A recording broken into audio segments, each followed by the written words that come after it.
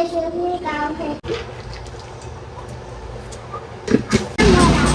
चलो चलो चलो चलो चलो। अस्सलामुअलैकुम, क्या हाल है? होप ठीक होंगे, खैर से होंगे, खुश होंगे।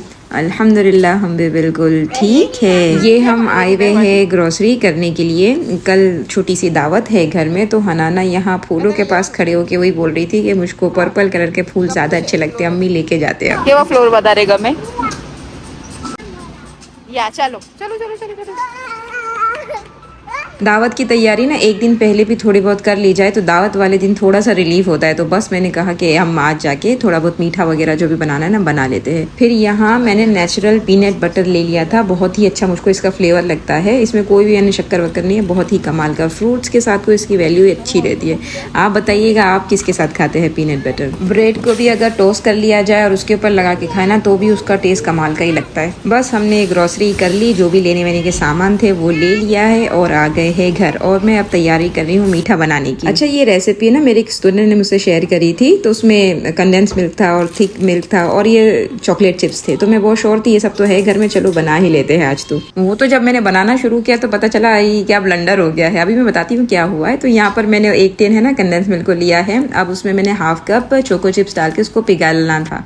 तो बस वो पिघला लिया और फिर उसमें लिखा था कि वो 2 टिन डाल देवे। तो मैं डालने लग गई तो एकदम से ये क्या हो गया, एकदम यानी इतना यानी थिक होना चाहिए था, बहुत ही ज़्यादा। ये तो लिक्विड फॉर्म में है, तो बोली ऐसा क्यों हो गया।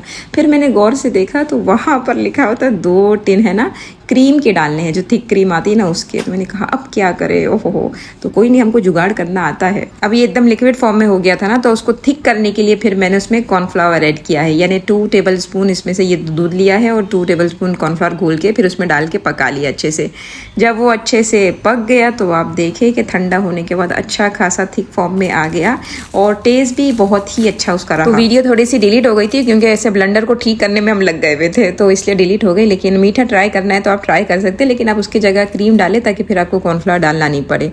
बहरहाल वो अच्छा ठंडा हो गया। अब मैंने मैरी बिस्किट को दूध में थोड़ा डिप कर करके रखा है और वो जो अभी हमने सॉस बनाया है ना चॉकलेट का वो डाल दे। पर ये काफ़ी मतलब हैवी सा होता है। आप छोटा सा भी बाइट खा लो आपका पेट भर जाता है, यानी बहुत मीठा भी होता है।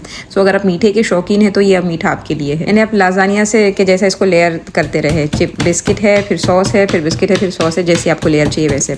और ऊपर से फिर ओरियो बिस्किट मैंने तोड़ के डाल दिए। और साथ में फिर 1 दिन पहले ही ये हालापेइयों वाले समोसे बना लिए थे। और ये ऐसे भी थे कि भाई मेहमान भी खा लेंगे और फिर बच्चे टिफ़िन में लेके जाएंगे। ख़त्म हो गए थे रमज़ान के तो कब से, तो मैंने सोचा चलो आज थोड़े बना ही लेते हैं। फिर जब अच्छे से ठंडा हो गया था रात भर, तो मैंने दूसरे दिन उसको सर्विंग कप में निकाल लिया था। यानी छोटे छोटे साइज़ के होते हैं, इसमें निकाल लिया।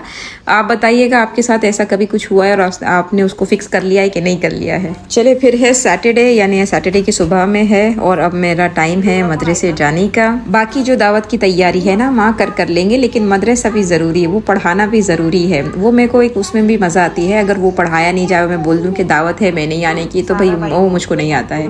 दावत अपनी जगह पर, यानी खुशी अपनी जगह पर, लेकिन जो काम है वो भी अपनी जगह पर। हाँ, इंसान है हम सब एक साथ, कभी कभी हैंडल करना मुश्किल लग जाता है कि बच्चे भी है, फिर घर भी है, फिर ये भी और वो भी, तो हम कैसे मैनेज करें। तो कभी बहुत ज़्यादा एकदम से बर्डन लगने लग जाता है, तो इंसान सोचने लगता है भाई मेरे लिए इतना क्यों काम, मैं ही क्यों, दूसरे तो कितने आराम से रहते हैं, उन पे ये नहीं आता। तो ये जो गिले करने हैं, शिकवे करने ना, वो भी अल्लाह की ज़ात से, तो इंसान इसका हकदार नहीं है। बल्कि अल्लाह ने तो उतना ही बोझ भी किसी जान पर डालता है जितना वो उठाने की हिम्मत ताकत रखता है।